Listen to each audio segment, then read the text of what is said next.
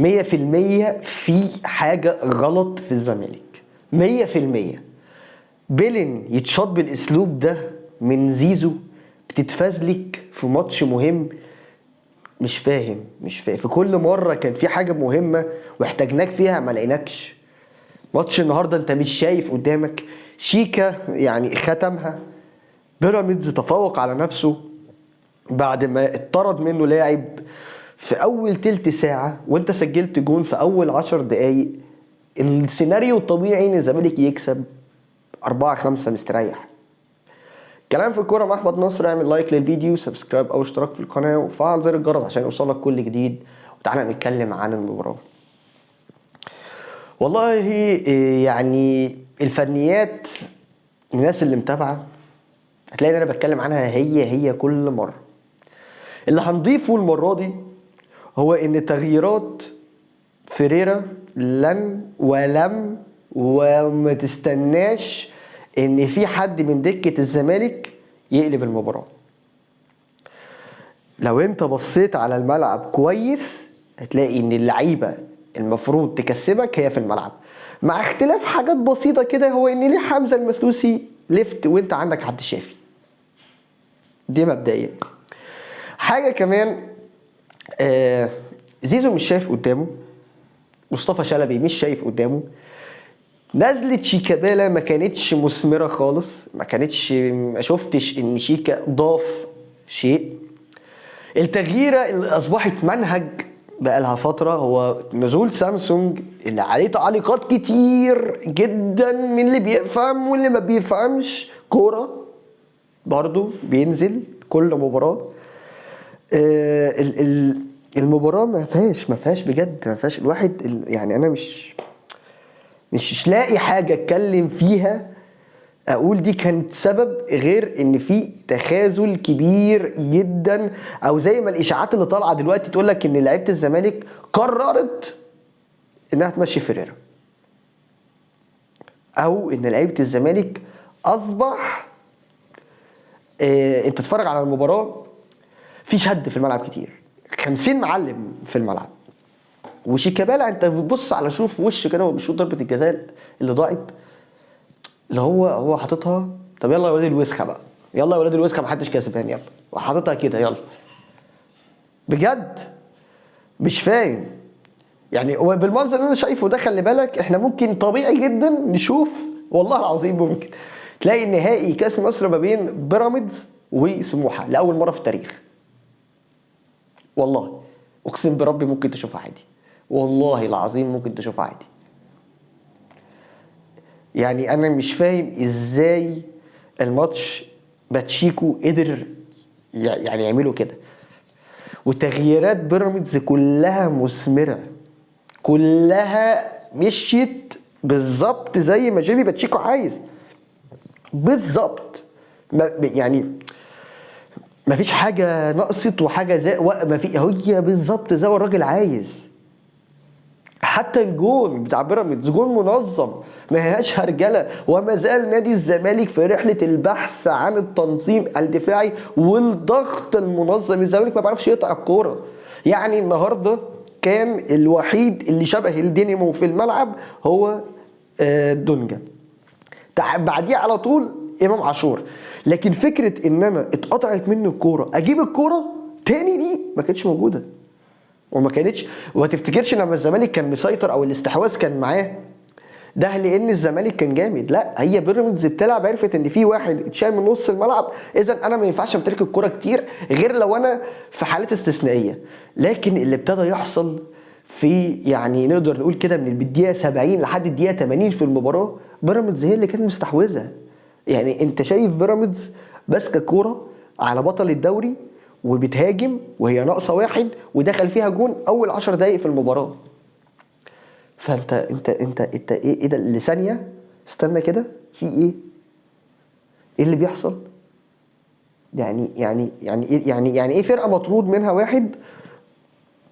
يعني ايه فرقه مطرود منها واحد ضغط فرقتها كلها هنا؟ يعني هي مطرود منها واحد وهم بيلعبوا بنص ملعب متقدم هنا وكله زانق الزمالك هنا كده. يعني ايه انا اعمل تغييرات بلعيبه انا مش فاهم بصراحه وما زلت اقول عمرو السيسي جه الزمالك ليه؟ وبيلعب بناء على ايه؟ وايه المؤهلات اللي مخلياه بيلعب؟ بيلعب ليه والله؟ زيزو النهارده صفر، مصطفى شلبي صفر، عمرو السيسي صفر، مع الاسف شيكابالا صفر، فيريرا صفر. حرفيا في حاجه غلط في الزمالك، في حاجه غلط اللي بيحصل ده. اي حاجه غير الروح. وفكره انك مستني من جمهور شايف الاداء ده من اللعيبه يدعمك، مستحيل مستحيل مستحيل مستحيل. يا راجل، عبد الشافي اكبر واحد في الملعب بيلعب بروح وبيقاتل وبيعمل حاجات ما بيعملهاش لعيبه صغيره. النهارده مصطفى شلبي الكرة قدامه خايف يضغط، لعيب بيراميدز سبق بخطوتين وخدها، خايف يضغط. عبد الشافي وقف وسط ثلاثه ومصطفى شلبي كان ناقص يعمل كده. جميله عبد الشافي، هايل هايل عبد الشافي، جميله والله. ايه يا حبيبي؟ ايه واقف بتعمل ايه يا بابا؟ وايه يا زيزو؟ ايه يا حبيبي؟ اقسم بالله اقسم بربي انا عارف العقليه ده. زيزو ده عقليته صغيره جدا جدا، عايز يلعب كل حاجه في الملعب، كل حاجه، اوت، كورنر، ضربه حره، ضربه ثابته، عايز يلعب كل حاجه في الملعب، كل اي حاجه. هو مش مميز مش مميز في كلهم، يعني انا مش مميز في كلهم بالنسبه ليا. كورنر اللي هو من اليمين ده شيكابالا بيلعبوا احسن، انا اروح العبه انا. يا عم ماشي، كمان في الملعب بيعرف يلعبوا احسن منك، لا انا العبه انا. فاول من ناحيه الشمال العبه انا برضه، فاول من ناحيه العبه انا برضه. ايه قرف. وبيلن داخل تحطها لي في يا راجل كفايه قرف، قرفنا من اشكال الوسخه دي بقى. احنا جايين نلعب في الشارع. بيلن مهمه، واول بيلن وهتدي حماس لزميلك، راح تحطها لي تشب في جون خرم. ايه القرف ده؟ حك عمال يحصل في الملعب، وتطلع تستلم بطيزك في الملعب. كرة جايه لك بوشك تقوم عامل لي كده بتستلمها. ايه العبط ده؟ انا مش عارف والله بصراحه، بجد اقسم بالله اللي ماسك حوار الصفقات في نادي الزمالك ده، لا لا لا لا، موسم سيء جدا في الصفقات لنادي الزمالك. عمرو السيسي، مصطفى شلبي، ايه القرف ده؟ ايه القرف ده؟ وسامسونج جميل اللي انت جايبه ده، ايه ده؟ ايه ده انت اللي كان عندك هديته، مش بريت عليه، هديته. يعني عندك لعيبه هديتها. كان عندك لاعب ناشئ اسمه محمد طارق، سيد نيمار، سيف اسامه نبيه، يوسف قصدي اسامه نبيه، وسيف جعفر، حسام عبد المجيد. ما فيش بينهم غير يوسف اسامه نبيه وحسام عبد المجيد. ده القديم. كان عندك عمر السعيد، والله العظيم عمر السعيد اطول واسمر من انه يلعب سامسونج. يعني كان على الاقل في العرضيات والضغط اللي عليه ده كان هيبقى فيه حاجه. انا وربي ومستني ايه؟ مستني ايه عشان تجيب لي فيرود؟ اي حد على الساحه هيبقى احسن 100 مره من سامسونج. النهارده شابوه شابوه شابوه، برافو، مستوى عالي جدا من سيف الدين الجزيري بجد. لعيب النهارده، انا يعني هو جسمه مش عريض ومش مفتول العضلات، ولكن اي حد بيخبط فيه هو اللي بيقع. قوي بدنيا، وكان بسم الله ما شاء الله عليه كويس جدا. مش عارف والله العظيم انا ملاقي حاجه ممكن انها تتقال عن المباراه ده غير ان الزمالك لعبته تخاذلت.